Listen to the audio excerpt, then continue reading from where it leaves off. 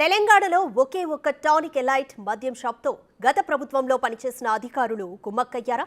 రహస్య జీవో జారీలు చేయాల్సిన అవసరం ఏమొచ్చింది?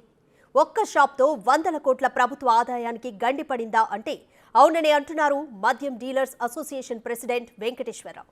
మరిన్ని వివరాలు మా associate input editor Nagesh face to face. ఒక మద్యం షాపు లైసెన్స్ పొందాలంటే ఖచ్చితంగా టెండర్లో పాల్గొనాలి. డ్రా తీసిన తర్వాతనే ఆ షాపుకి మద్యం దుకాణాన్ని కేటాయించాలి. కానీ ఒక టానిక్ ఎలైట్ మాత్రమే ఒక రాత్రి జీవో ద్వారా షాపు పొంది కోట్లాది రూపాయలు ఆర్జించిన పరిస్థితి. ప్రభుత్వ పెద్దల సహకారంతో మొత్తం ఎక్సైజ్ శాఖనే వాళ్ళకు సహకరించి వందల కోట్ల రూపాయల ప్రభుత్వ ఆదాయానికి గండికొట్టే పరిస్థితి. టానిక్ ఎలైట్ మీద ఇప్పుడు జిఎస్టీ అధికారులు రెగ్యులర్గా దాడులు నిర్వహిస్తున్నారు. ప్రస్తుతం చాలా ఇన్ఫర్మేషన్ కూడా సేకరించారు. ఇదే అంశానికి సంబంధించి రాష్ట్ర wines dealers association president Venkateswararao ఉన్నారు. గత 10 ఏళ్ల కాలంలో ఒక టానిక్ ఎలైట్కే రాత్రిపూట జీవో ఇవ్వడం, వాళ్ళకే సరుకుని మొత్తం తీసుకొచ్చి పెట్టడం, ఈ అంశాన్ని ఎలా చూస్తారు? గత 20 ఏళ్ళుగా మీరు చూస్తుంటారు మద్యం షాపులు ఎలా నడుస్తున్నాయి, వాటి వ్యవహారం ఏంటనేది. 2016లో ఒక జీవో తీశారు. ఏమనంటే A4 ఎలైట్ షాప్ అని. దానికి గైడ్ లైన్స్ అవన్నీ తర్వాత ఫ్రేమ్ అయినాయి. ఇలాంటి షాప్ వస్తుందని చెప్పి మాకు ఇన్ఫర్మేషన్ వచ్చి మేము అప్పుడే 1 మంత్ 2 మంత్స్ బ్యాక్కే ఈ టెండర్స్ పార్టిసిపేట్ షాపులు దక్కించుకున్నాం. మేము ఈ మధ్య కాలంలో ఇలాంటి షాప్ ఇస్తే వాళ్ళు ఎక్కడ తీసుకొచ్చి పెడతారు, షాపులు ఉన్న వాళ్ళకి నష్టపోతామని మేము కమిషనర్ గారిని కలిసాం. ఆ రోజున కమిషనర్ చంద్రవదన్ గారు ఉండే.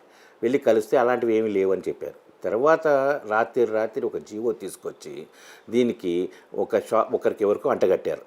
టానిక్ అనే పేరు తర్వాత పెట్టుకున్నారు. బట్ A4 ఎలైట్ షాప్ అనే జీవో 2 షాపులు ఇవ్వచ్చు ఇలాంటివి అని చెప్పి ఒక జీవో తీసుకొచ్చారు. ఆ జీవో మీద మేము కోర్టుకు వెళ్ళంగానే మా మీద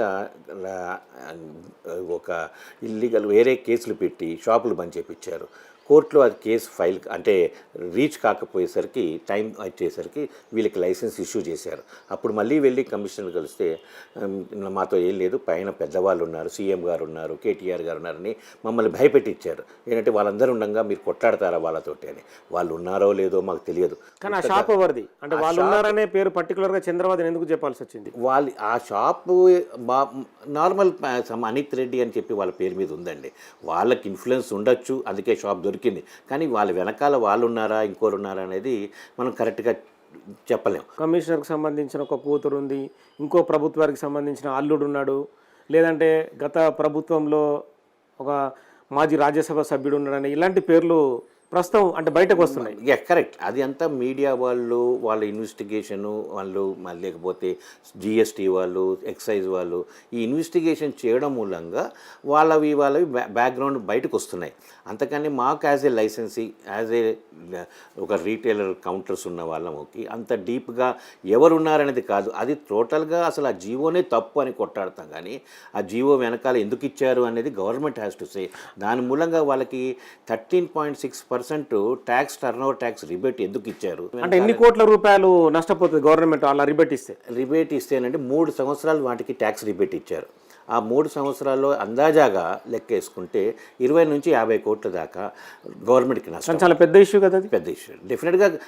అందుకే మేము దాని మీద ఇది కరెక్ట్ పద్ధతి కాదు, ఎందుకు ఇవ్వాల్సి వచ్చింది, మేము కూడా పార్టిసిపేట్ అయ్యేవాళ్ళం కదా. ఒక చిన్న రీటైల్ షాప్కి కొంతవరకే సరుకుని మామూలుగా ఇస్తూ ఉంటుంది ఎక్సైజ్ శాఖ. అంత పెద్ద షాప్కి అంటే ఎన్ని షాపులకు సంబంధించిన ఒక అంటే వాళ్ళకి రావాల్సిన సరుకు ఉండొచ్చు అందులో ఎలైట్ షాప్లో, టానిక్ ఎలైట్లో. అలా ఏం లేదండి. మా షాపులో మాకు ఎంతైనా స్టాక్ ఇస్తారు, అంటే వాళ్ళకి కూడా అంతే ఇస్తారు. కానీ వాళ్ళకున్న అడ్వాంటేజ్ ఏంటంటే మేము ఒకటే డిపో నుంచి కొనుక్కోవాల్సి వస్తుంది. వాళ్ళు స్టేట్లో 18 డిపోలు ఉన్నాయండి. 18 డిపోల నుంచి వాళ్ళు ఎక్కడి నుంచో కొనుక్కోవచ్చు. ఆ ఫెసిలిటీ వాళ్ళకి చాలా గ్రేట్ అండి. ఎందుకంటే ఇప్పుడు మా డిపో ఉంది ఉప్పల్లోనో లేకపోతే రాజేంద్ర నగర్లో ఎక్కడో ఉంటుంది. ఆ డిపోలో ఉన్న సరుకులని మేము కొనుక్కోవాలి. సపోజ్ ఆ డిపోలో అయిపోయింది అనుకోండి, మా షాప్లో కూడా సరుకు ఉండదు. కానీ వీళ్ళకి నల్గొండ నుంచి ఆదిలాబాద్లో ఎక్కడ రాష్ట్రంలో ఎక్కడైనా నుంచి అయినా వాళ్ళు కొనుక్కునే అధికారం అలా సాధ్యపడదుగా. మామూలు ఎక్సైజ్ శాఖ అలా ఇవ్వకూడదుగా, రూల్స్కి వ్యతిరేకంగా స్పెషల్గా ఇచ్చారు. అదే అంటున్నాను, ఇలాంటివన్నీ కూడా ఓవర్లుక్ చేసి వాళ్ళకి కావాల్సిన విధంగా రూల్స్ ఫ్రేమ్ చేసుకున్నారు. అది కరెక్ట్ కాదని చెప్పి మేము కోర్టుకి. అందులో విదేశీ మద్యం అమ్మడం, ఇంకా రకరకాల సరుకుని మొబిలైజ్ చేయడం అనేది వచ్చింది. విదేశీ మద్యంకే కదండి అసలు ఆ షాప్ ఇచ్చింది. ఎలైట్ A4 ఫస్ట్ స్టార్ట్ చేసింది ఏంటంటే ఫారెన్ లిక్కర్ ఒక్కటికే అమ్మడానికి పర్మిషన్ అని జీవో ఇష్యూ చేసి ఇండియన్ బీర్ కానీ ఇండియన్ విస్కీస్ అమ్మడానికి వీల్లేదన్నారు. తర్వాత దాన్ని అమెండ్మెంట్ చేసుకుంటూ వచ్చి ఇండియన్ బీర్ అమ్ముకోవచ్చు, ఇండియన్ విస్కీస్ అమ్ముకోవచ్చు అని దాన్ని అమెండ్ చేశారు. మిగతా 11 షాపుల మీద క్యూ ఎలైట్ అనేది కూడా మీ దృష్టికి వచ్చే ఉంటుంది. ఒక 11 షాపుల పైన కూడా రైట్స్ ఇచ్చారు, క్యూ బై టానిక్ అని. సో వాటి పరిస్థితి ఏంటి? అంటే వీళ్ళకి లింక్ ఉందనేది రైట్స్ జరిగాయా, ఇంకా వేరే అంశాలు ఏమైనా ఉన్నాయా? వీళ్ళు కూడా దాంట్లో పార్ట్నర్స్ ఉన్నారు అని చెప్పి ఉద్దేశంలో చేశారు. అవి అన్నీ ఇండివిజువల్ షాప్స్ అండి. అది మామూలుగా టెండర్లో పార్టిసిపేట్ అయ్యి వాళ్ళకు వచ్చిన షాప్స్. ఎవరికో బయట వాళ్ళకు వస్తే వాళ్ళని పార్ట్నర్షిప్లో కలుపుకొని గవర్నమెంట్కి ఒక 2% ట్యాక్స్ కట్టి, ఎక్సైజ్ ట్యాక్స్ కట్టి వాళ్ళని ఇంక్లూడ్ చేసుకున్నారు పార్ట్నర్ కింద. వీళ్ళు ఇంక్లూడ్ అయ్యారు దాంట్లో. సో గతంలో చంద్రబాబు గారు కమిషనర్ ఉండే కదా, సోమేష్ కుమార్ ప్రిన్సిపల్ సెక్రటరీ.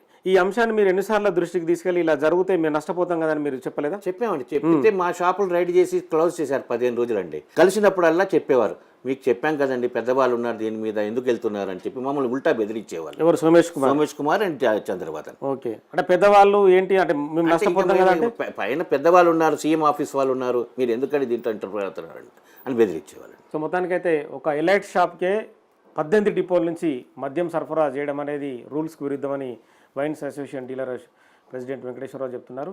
ఇకనైనా కూడా అందరికీ వెసులుబాటు కల్పించాలి, ఏదైనా సరే ఓపెన్ లైసెన్స్ సిస్టమ్ని పునరుద్ధరించి హెల్తీ కాంపిటీషన్ కొనసాగించాలి అనేది కూడా వెంకటేశ్వరరావు చెప్తున్న పరిస్థితి.